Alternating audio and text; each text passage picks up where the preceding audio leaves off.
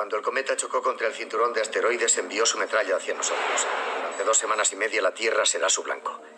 Aunque el propio asteroide caiga en el agua, seguirá chocando contra la Tierra, convertirá en vapor millones de litros de agua de mar y se estrellará contra el fondo oceánico. Si el impacto se produce en el Pacífico, que es lo que pensamos, formará una ola de 5 kilómetros de altura que se desplazará a 1.600 kilómetros por hora, cubrirá California e irá a parar a Denver. Japón desaparecido. Australia arrasada. La mitad de la población mundial incinerada por el calor producido y el resto se congelará por el invierno nuclear. Realmente increíble. Pues esa es la cruda realidad. La humanidad sigue avanzando en su comprensión del cosmos y de todos los elementos que en él se encuentran. Allí arriba transitan fragmentos de roca que con frecuencia nos ponen en alerta aquí abajo. Sin ir más lejos, a ellos se les atribuye ser la causa del fin de la era de los dinosaurios. Pero también puede ser claves para comprender el origen de nuestro planeta y darnos pistas sobre la exploración más allá de las fronteras de la Tierra. Son, por tanto, una amenaza potencial, al tiempo que unos importantes aliados para conocer nuestro futuro. Quédense con nosotros para saber más sobre nuestros protagonistas de hoy, los asteroides.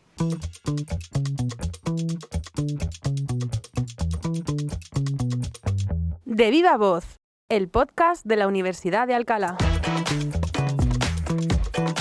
Noelia Aragüete, hola, ¿qué tal? ¿Cómo estás? Buenos días, Olga. Nos despierta siempre mucha curiosidad todo lo que tiene que ver con el espacio, ese punto de lo desconocido que tiene siempre. El tema de hoy no podía ser menos. Es verdad, y es que encima las últimas semanas hemos tenido noticias sobre asteroides que estaban acercándose a la Tierra. Según la NASA, ya ha bajado un poquito más el porcentaje de colisión, pero hemos estado ahí atentos a las noticias. Sí, de vez en cuando surgen y tenemos que estar atentos. Da la casualidad de que tenemos en la Universidad de Alcalá a alguien que conoce muy bien los asteroides, así que ha venido hoy por aquí para contarnos todo sobre ellos. César Menor, astrobiólogo y bioquímico del Departamento de Biología de Sistemas de la Universidad de Alcalá. Bienvenido a este podcast, a De Viva Voz. Bienvenido. Hola, encantado de estar aquí. Muchas gracias por invitarme. Me han dicho que hay un asteroide, un cometa o algo así que creen que no tiene muy buena pinta. Según los ordenadores de la NASA, ese objeto va a caer en el Océano Pacífico a 62 millas al oeste de la costa de Chile. ¿Y qué pasará? ¿Un maremoto o algo así? No, será algo mucho más catastrófico. Habrá tsunamis de más de 1 kilómetro de altura recorriendo todo el globo. Si ese cometa impacta en la Tierra, tendrá la potencia de 1.000 millones de bombas de Hiroshima. Presidenta, ese cometa es lo que llamamos un destructor de planetas.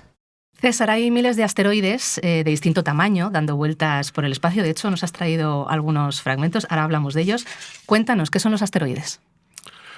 Bueno, eso es una pregunta que tiene bastante complejidad. Sí, porque desde que se descubrieron hace muchísimo tiempo, los científicos han intentado definir qué son, cómo se formaron, cuál es su origen, cuál ha sido su evolución. Básicamente son pequeños planetas. Son planetas muy, muy chiquititos. Tamaños desde un pedazo de roca hasta varios kilómetros de diámetro, hasta 500 kilómetros de diámetro, más o menos, que suelen ser los más grandes, pues son como pequeños mundos en miniatura que nos dan pistas de cómo se formó el sistema solar. Son restos del inicio de nuestro sistema solar. Entonces, bueno, tienen diferentes orígenes, se ha discutido mucho acerca de cómo se formaron. Todos hemos oído hablar del cinturón de asteroides, ¿verdad?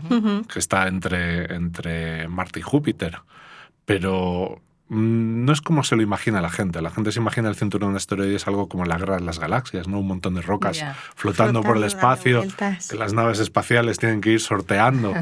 No, en realidad están mucho más alejados pero aunque están más alejados, sí que tienen una historia muy compleja y sí que hay muchísimos. Hay cientos de miles de asteroides en esa región, la región del cinturón de asteroides. Entonces, ¿cómo se formaron?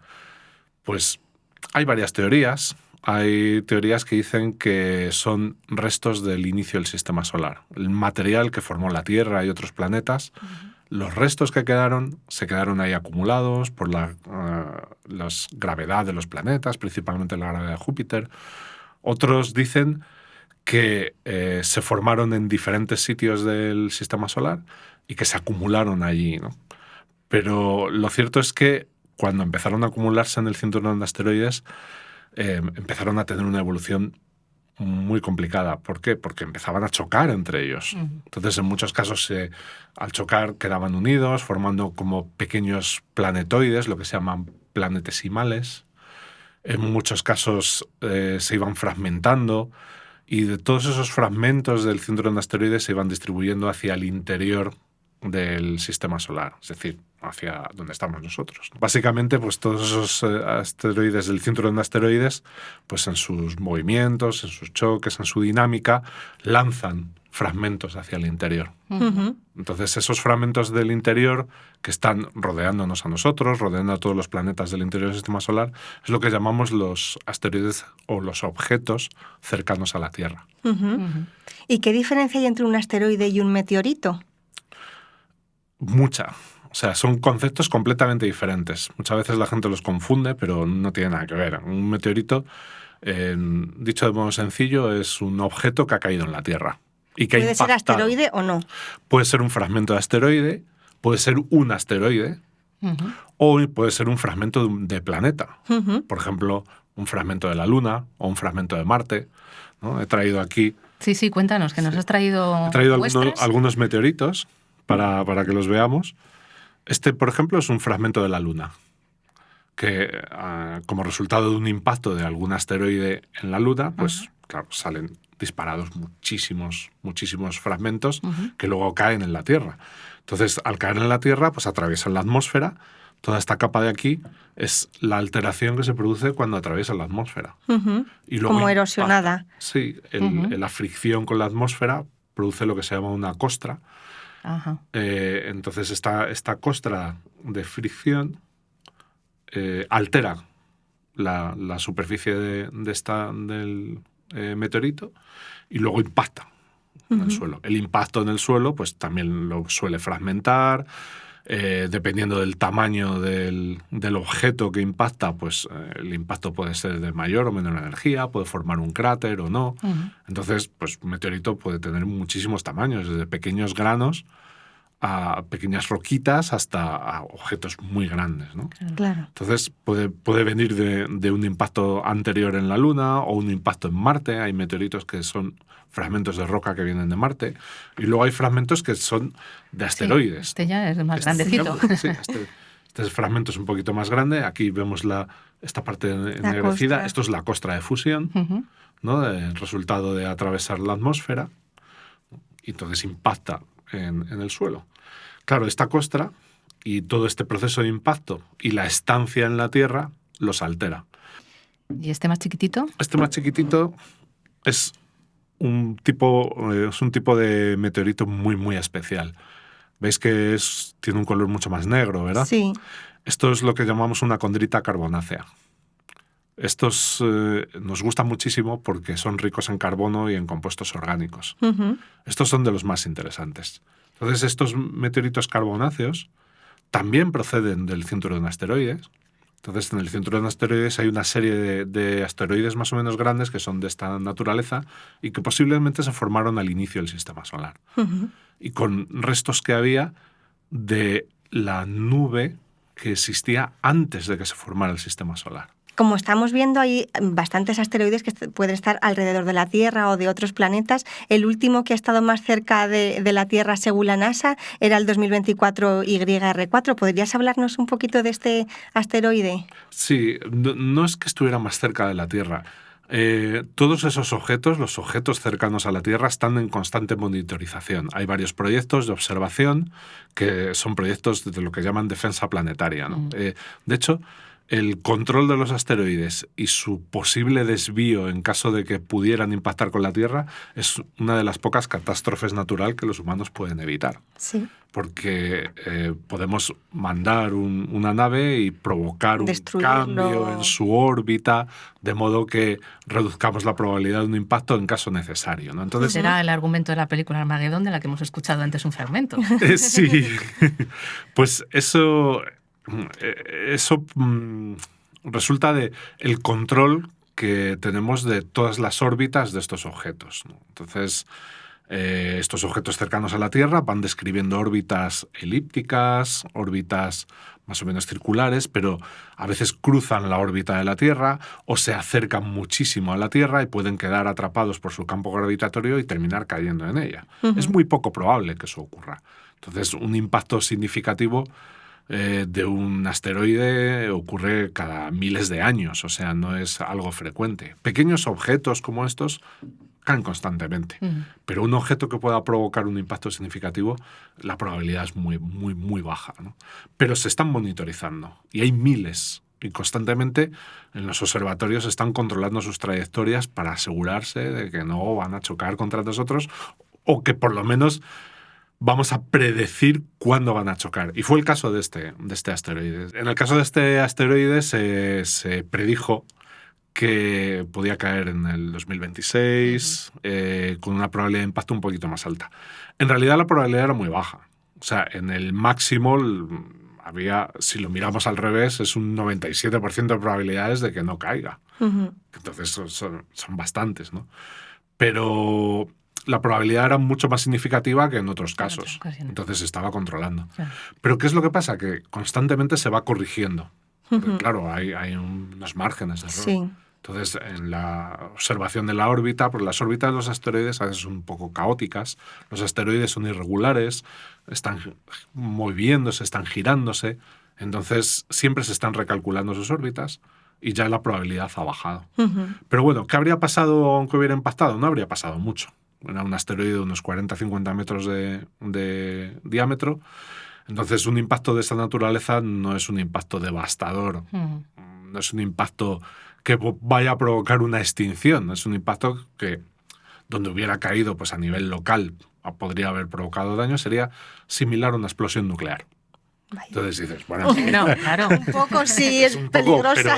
Pero no iba a suponer el final de la civilización ni nada por el estilo, ¿no? Porque aunque tuviera 40-50 metros, al atravesar la atmósfera, la mayor parte del material se volatiliza, claro. se quema, ¿no? Estas costras de fusión, bueno, pues este objeto seguramente cuando entró en la atmósfera era muchísimo más grande. Claro. Entonces va perdiendo el material por la fricción con la atmósfera y el calentamiento que va sufriendo. Entonces el impacto no es tan devastador. Un impacto devastador que pudiera provocar una extinción o, digamos, el final de la civilización. Dice, ¿qué objeto podría provocar el final de la civilización? Como dicen con los dinosaurios, ¿no? Pues tendríamos que estar hablando ya de objetos de en torno a 1 kilómetro de diámetro. Lo que pasa es que ya, a pesar de que hay muchísimos objetos así, el sistema solar está muy limpio ya. Nada que ver con el origen de la vida, por ejemplo. Hace 3.900 millones de años, más o menos, hace bastante tiempo, los impactos eran constantes. El bombardeo de objetos era brutal, ¿no? Entonces, muy significativo, ¿no? Si miramos la Luna, todos los grandes cráteres, los mares lunares, todas las grandes estructuras de impacto se formaron hace en torno a unos 3.900 millones de años. Cada año se descubren más de 1.000 nuevos asteroides cercanos a la Tierra. Rocas que se creen llenas de agua, gases o minerales que, si consiguiéramos atrapar, podrían convertirse en combustible, oro, níquel o platino. Una posible alternativa a nuestras esquilmadas minas y una apetitosa tentación. La Agencia Espacial Japonesa mandó al espacio hace unos años su nave Hayabusa 2. En esa misión se lanzó un proyectil al asteroide Ryugu para provocar en él un cráter artificial, como habíamos dicho, que eso se podía conseguir en algunas ocasiones, y extraer directamente sus restos de él. Un fragmento de Ryugu es el único asteroide que ha llegado intacto a la Tierra. Está siendo ahora estudiado por un consorcio de científicos españoles, entre ellos, César, estás tú. ¿Qué tiene de especial ese asteroide? ¿Qué nos puede revelar su análisis, su estudio? Bien, este asteroide es de este tipo, es una condrita carbonácea. Entonces, como decía, estas condritas carbonáceas tienen mucha materia orgánica, lo que les hace muy interesantes. No es el único. Hace poco la misión OSIRIS-REx de la NASA trajo a la Tierra fragmentos del asteroide Bennu, que es muy similar a Ryugu, es un asteroide del mismo tipo, ¿no? Entonces, en realidad tenemos 2 muestras de asteroide intactas y limpias, prístinas para estudiar. La misión Hayabusa, que es la que trajo las muestras de Ryugu, recogía aproximadamente 5 gramos de material. A veces la gente dice, han traído un asteroide. En realidad esperamos uno de estos. Esperamos fragmentos grandes. No. Lo que hicieron fue mandar una nave allí. Es un prodigio tecnológico, porque mandaron una nave, lanzaron un proyectil contra la superficie del asteroide.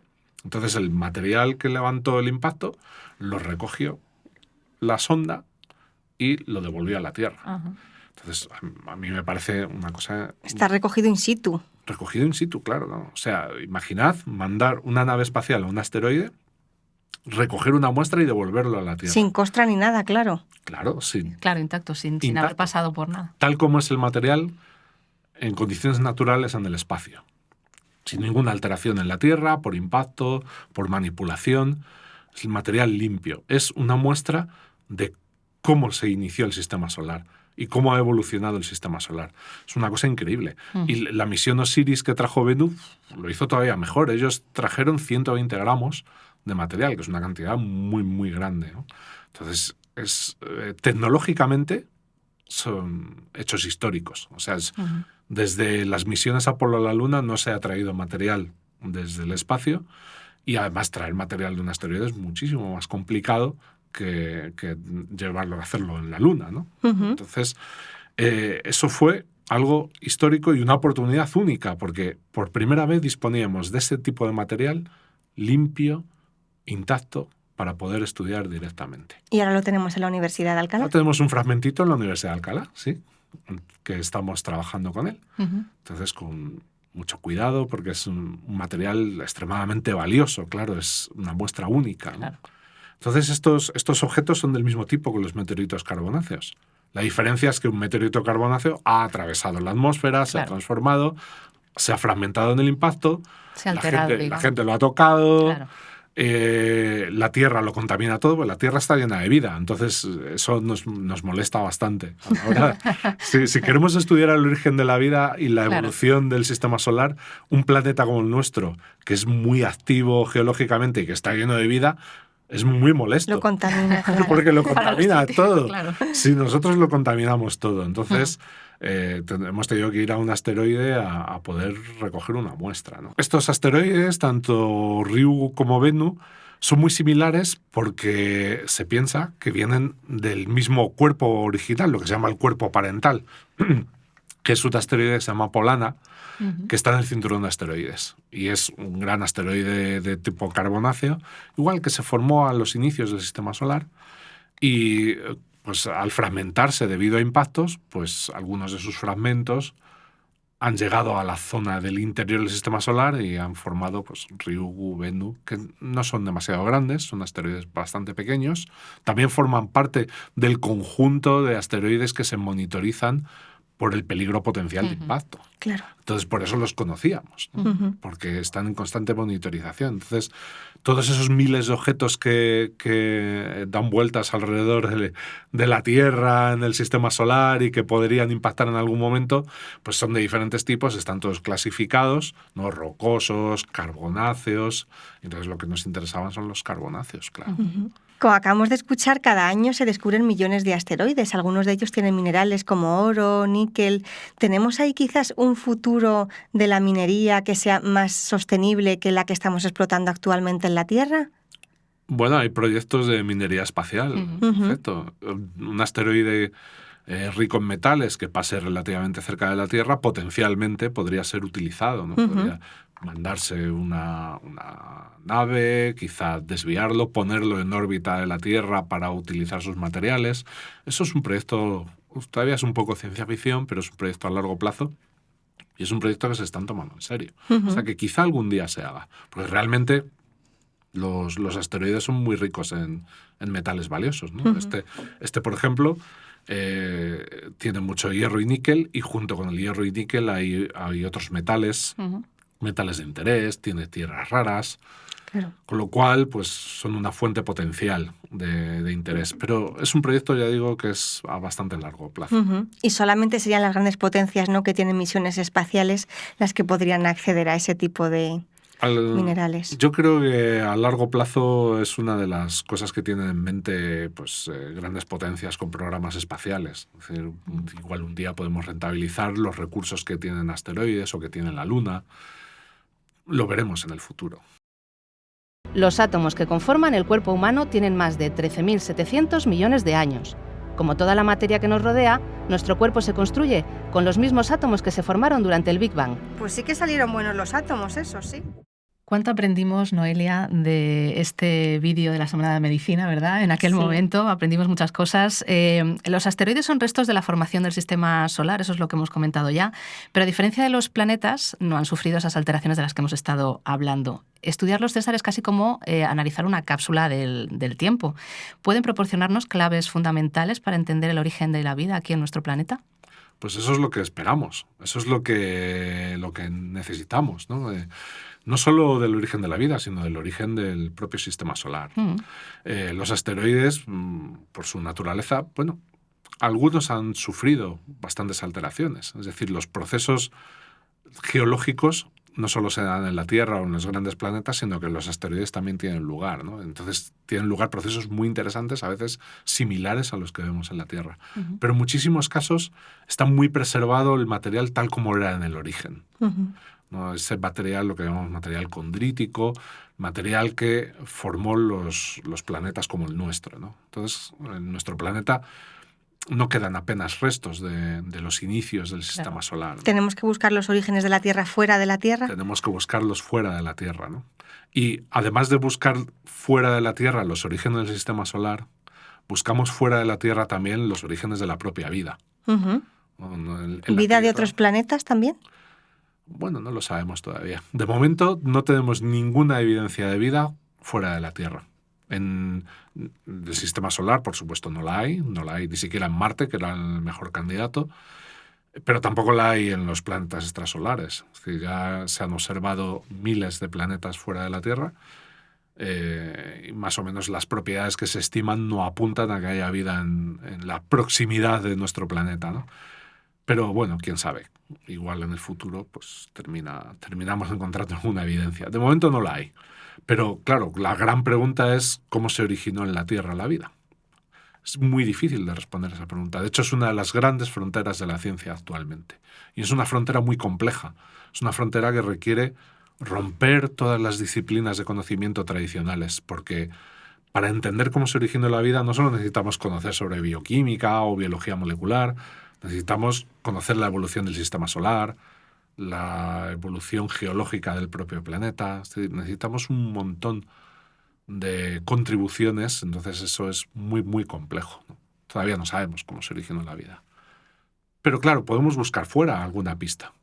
Claro, la vida en la Tierra tiene más de 4.000 millones de años, más de 4.000 millones de años de evolución. Entonces, trazar desde 4.000 millones de años el origen es una tarea complicada, ¿no? Se está haciendo. O sea, incluso nuestras células contienen pistas acerca del origen de la vida. Entonces, además de buscar las pistas sobre el origen de la vida que contienen nuestras células, también buscamos las pistas sobre el origen de la vida que puede darnos lo que había antes de que existieran las células. Pero claro, en la Tierra no sabemos lo que... No tenemos. Entonces tenemos dos formas de buscar esas pistas. Una, en el propio laboratorio. Es decir, nos inventamos experimentos en los que simulamos cómo pudo ser ese inicio y vemos a ver cómo se formaron esas moléculas, cómo esas moléculas se iban organizando.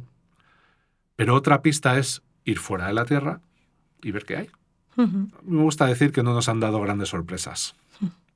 Es decir, cuando analizamos estos materiales, los análisis de Ryugu, los análisis de Bennu, esos análisis nos han dado más o menos resultados esperados. Es decir, sabíamos o intuíamos los componentes que íbamos a encontrar. Y han confirmado. Y se han confirmado. Y menos mal. Menos mal, porque eso quiere decir que todo lo que pensábamos, toda la investigación que se ha hecho en el origen de la vida en el último siglo, más o menos va por el buen camino. Pero bueno, es uno de los grandes misterios, es muy difícil de resolver, mucha gente está trabajando en ello, se ha avanzado mucho en los últimos tiempos, pero es una pregunta sin respuesta. Yo he dedicado muchos años a ello y la verdad es que no puedo decir que tenga más respuestas que preguntas. Es decir, yo cada vez tengo más preguntas y cada vez tengo menos respuestas. O sea que bueno, no lo sé. Pues seguiremos pendientes de lo que ocurre ahí arriba y de esos avances científicos de los que hablas. Y bueno, quién sabe, todavía quedan años de investigación. Todavía hay vida para terminar llegando a conclusiones que ahora mismo a lo mejor no se ven tan cercanas. César Menor, astrobiólogo y bioquímico, profesor de la Universidad de Alcalá, muchas gracias por habernos acompañado hoy en este podcast. Muchísimas gracias, ha sido un placer y espero que os haya gustado. Llegamos al final de este nuevo episodio de Viva Voz. Volvemos a encontrarnos aquí muy pronto. Muchas gracias por habernos acompañado. Saludos de Noelia Aragüete y Olga García.